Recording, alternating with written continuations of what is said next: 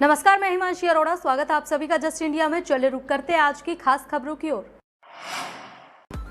खबरों के प्रायोजक हैं आरोग्य मास्क लगाएं, कोरोना से सुरक्षित रहें। कमल चौक industries, a trusted school of chalk, manufacturers and suppliers of chalk, color chalk, duster, mask, sanitizer, etc. Asian colour coated Ispat limited, आपका विश्वास हमारी पहचान। मेडिफिर international, taken a step to keep you safe from corona virus. रंज किया showroom in Rohtak and Bahadurgarh. Showroom पर आएं, test drive लें और गाड़ी बुक कराएं।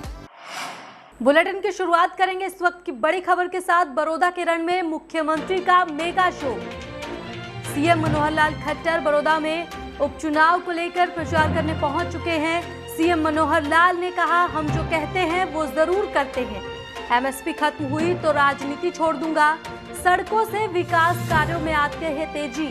किसानों के लिए कई योजनाएं बनाई हैं, किसानों के खातों में सीधी पेमेंट दी है। सीएम मनोहर लाल खट्टर ने ये तमाम बातें कही। युवाओं को लेकर कहा कि युवाओं के रोजगार के लिए हम लगातार काम कर रहे हैं। आपको बता दें कि सियासत जो है वो इस वक्त गरमाई हुई है। बड़ौदा उपचुनाव को लेकर सभी पार्टियां जीत का दावा कर रही हैं। वहीं सीएम मनोहर लाल खट्टर भी बड़ौदा के रण में उतर चुके हैं। मुख्यमंत्री का मेगा शो और सीएम मनोहर लाल ने कहा, हम जो कहते हैं वो जरूर करते हैं। साथ ही साथ एमएसपी को लेकर कह दिया कि राजनीति छोड़ दूंगा अगर एमएसपी खत्म हुई। इस वक्त की ये बड़ी खबर बड़ौदा उपचुनाव को लेकर। रोहतक में सीएम मनोहर लाल खट्टर ने मीडिया से बातचीत की और ओम प्रकाश चौटाला के बयान पर पलटवार करते हुए कहा कि एक विधायक की पार्टी भी सरकार पलटने की बात कह रही है। ये तो वही बात हो गई मुंगेरी लाल के हसीन सपने। इसके साथ ही सीएम ने कहा कि हमारे गठबंधन के उम्मीदवार की विजय होगी। वहीं कांग्रेस पर निशाना साधते हुए सीएम मनोहर लाल खट्टर ने कहा, किसान अब समझ चुका है और कांग्रेस का झूठ अब नहीं चलने वाला। एक विधायक वाली पार्टी अगर वो मुंगेरी लाल के सपने देखने लगे तो मेरा तो विरोध है। कांग्रेस का बहकावा, कांग्रेस के झूठ अब नहीं चलेंगे। बहुत झूठ पहले बोले उन्होंने, हमेशा वो भूत प्रेत की कहानियां सुनाकर हुआ दिखाते रहे। कोई झूठ उनका चलेगा नहीं। किसान भी समझता है एमएसपी जिस प्रकार से लगातार हम सारी फसलें इस समय की खरीद रहे हैं, आगे भी खरीदेंगे। मंडियां बरकरार जैसे पहले थी वैसे ही रहेंगी। तीनों किसान बिलों का जो बिल आए हैं, किसान के कानून किसान के लिए आए हैं। बुटाना में जनता कॉलेज को यूनिवर्सिटी का दर्जा देने की बात कही है। रोजगार के नाते वहाँ IMT की बात है। वहाँ पर एक एफेड की एक हम लोग चावल मिल लगाने वाले हैं। तो इतने सारे विषय हैं जो सब जनता को ध्यान में आ रहे हैं कि ये विषय वास्तव में पहले हो जाने चाहिए थे, लेकिन दुर्भाग्य है उस क्षेत्र का। वहाँ जो अब तक लोग लगातार पिछले 15 सालों से 3 बार करके जो चुन करके आए, उन्होंने उसकी चिंता नहीं की। बड़ौदा उपचुनाव के चलते प्रदेश में सियासी उठापटक का दौर जारी है और इस उपचुनावी दंगल में इनेलो ने जोगेंद्र मलिक पर अपना दाव खेला है। इनेलो के मुखिया चौधरी ओम प्रकाश चौटाला कथुरा में बड़े जनसमूह के सामने जोगेंद्र मलिक के लिए वोटों की अपील करने पहुंचे। इस दौरान ओपी चौटाला ने बीजेपी और कांग्रेस पर जमकर निशाना साधा और कहा कि विकास के नाम पर दोनों पार्टियों ने प्रदेश को बदहाली में धकेला है। चौटाला ने कहा कि कांग्रेस और बीजेपी दोनों ही प्रदेश के दुश्मन हैं और दोनों ही पार्टियों की सरकारों ने प्रदेश को विकास की बजाय बदहाली में धकेलने का काम किया है। उन्होंने कहा कि इनेलो के राज में प्रदेश में जहां भाईचारे का राज था, वहीं किसानों, कर्मचारियों और व्यापारियों के लिए कई तरह की जन कल्याणकारी योजनाओं को अमली जामा पहनाया गया। उन्होंने कहा कि अगर जनता ने बड़ौदा में इनेलो प्रत्याशी को जिताया तो अगली सरकार उनकी ही बनेगी और इनेलो पार्टी की सरकार हरियाणा को सबसे बेहतर राज्य बनाने का काम करेगी। हरियाणा के भिवानी पहुंचे कृषि मंत्री जेपी दलाल ने बड़ौदा उपचुनाव में बीजेपी की भारी मतों से जीत का दावा किया। वहीं बल्लभगढ़ में युवती की हत्या के मामले में निंदा जताई और कहा कि कांग्रेस नेता के परिजन ने ही ऐसा किया है। इसके साथ ही जेपी ने राहुल और प्रियंका गांधी को नसीहत देते हुए कहा कि हाथरस की तरह प्रियंका अपने भाई को गाड़ी में बिठाकर पीड़ित परिवार के घर ले जाए। वहीं इस मौके पर सरकार के 1 वर्ष की उपलब्धियां गिनवाते हुए और विकास करने की बात कही। वहीं पूर्व मुख्यमंत्री ओम प्रकाश चौटाला और इनेलो नेता अभय सिंह के बयान कि बड़ौदा उपचुनाव के बाद सरकार की उल्टी गिनती शुरू हो जाएगी, उस पर भी पलटवार करते हुए कहा कि उनकी जुमलेबाजी करने की आदत है। कांग्रेस विधायक किरण चौधरी ने खट्टर सरकार पर जमकर हमला बोला है। नगरपालिका कर्मचारियों के 2 दिवसीय धरने को लेकर किरण चौधरी ने बड़ा बयान दिया। कांग्रेस नेत्री का कहना है कि सफाई कर्मियों का सम्मान देश का सम्मान है। सफाई कर्मियों को ठेकेदारों का और किसानों को पूंजीपतियों का गुलाम बनाकर गठबंधन सरकार गुलामी प्रथा का दौर लाना चाहती है। किरण चौधरी ने गठबंधन की सरकार को जमकर घेरा। उन्होंने कहा कि सरकार हर मोर्चे पर फेल है। नगरपालिका कर्मचारी अपनी रोजी रोटी बचाने और जायज मांगों के लिए हड़ताल पर है और सरकार में इनके दर्द सुनने वाला कोई नहीं है। हरियाणा सरकार अभी चारों ओर विभागों में आईएएस ऑफिसर्स की जगह आईपीएस ऑफिसर्स को लगाने की तैयारी कर रही है। सीएमओ में इसका ब्लूप्रिंट तैयार किया जा रहा है। हालांकि आईएएस लॉबी आईपीएस ऑफिसर्स को कैडर पोस्ट पर लगाने के खिलाफ है, लेकिन कुछ महकमों में सरकार ने आईपीएस ऑफिसर्स की कार्यकुशलता को देखने के बाद ये निर्णय लिया है।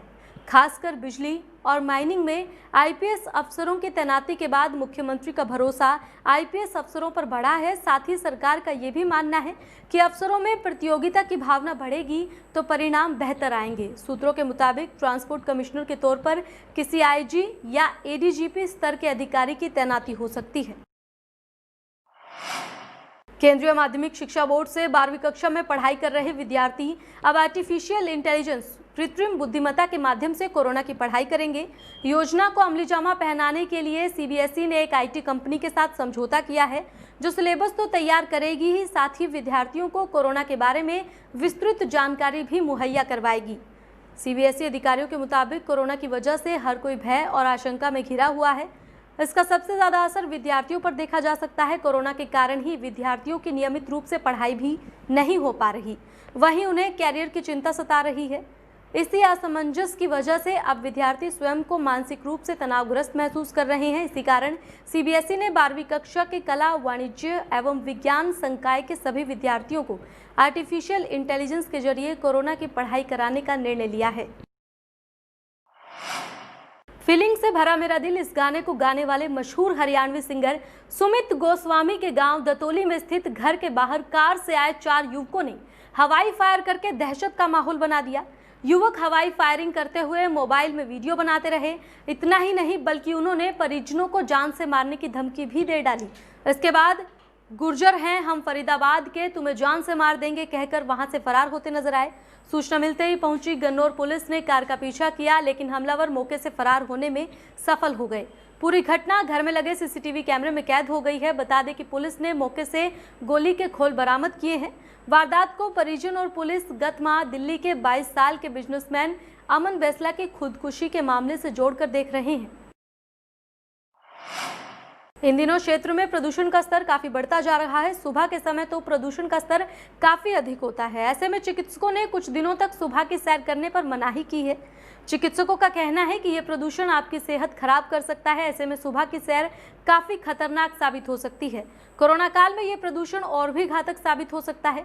शहर में दिन भर सड़कों पर उड़ने वाली धूल और हर रोज जलने वाले कूड़े से प्रदूषण का लेवल बढ़ा है। फिलहाल प्रदूषण में कोई राहत भी नहीं दिखाई दे रही है।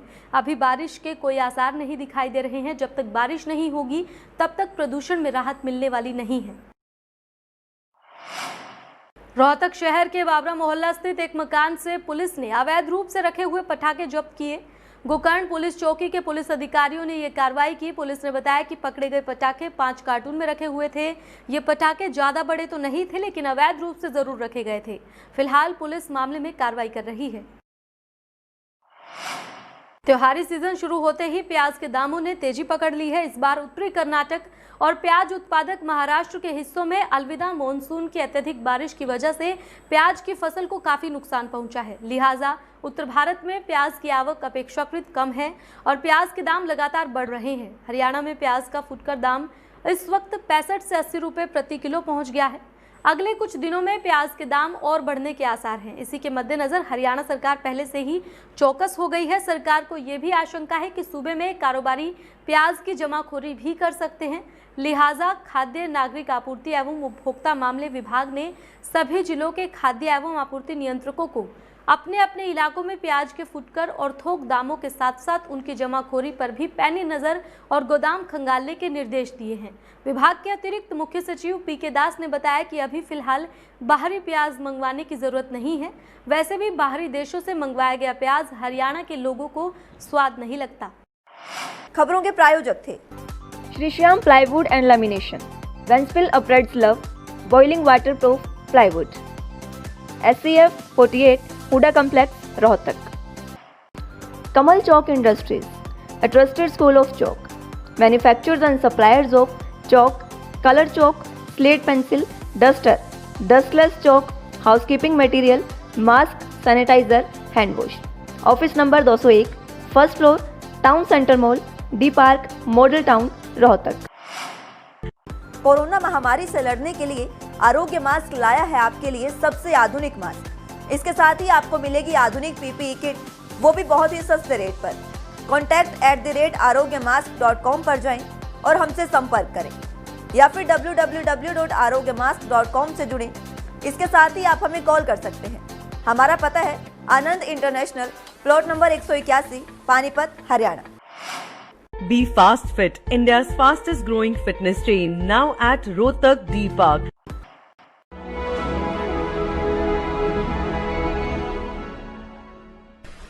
चाचा, आपने नया घर बनवाया है तो घर की छत पर कौन सी शीट लगवाई है? बेटा, मैंने अपने घर की छत पर एशियन शीट लगवाई है क्योंकि वो कभी न मिटने वाले ओरिजिनल निशान की चादरें हैं। साथ में ISI का चिन्ह, 5 साल की वारंटी के साथ साथ पैसों का सही मूल्य देने वाली वही इकलौती शीट्स हैं। क्योंकि नाम नहीं, पहचान जरूरी है। फिलहाल इस बुलेटिन में इतना है, लेकिन बाकी की तमाम खबरों के लिए आप देखते रहें जस्ट इंडिया। नमस्कार।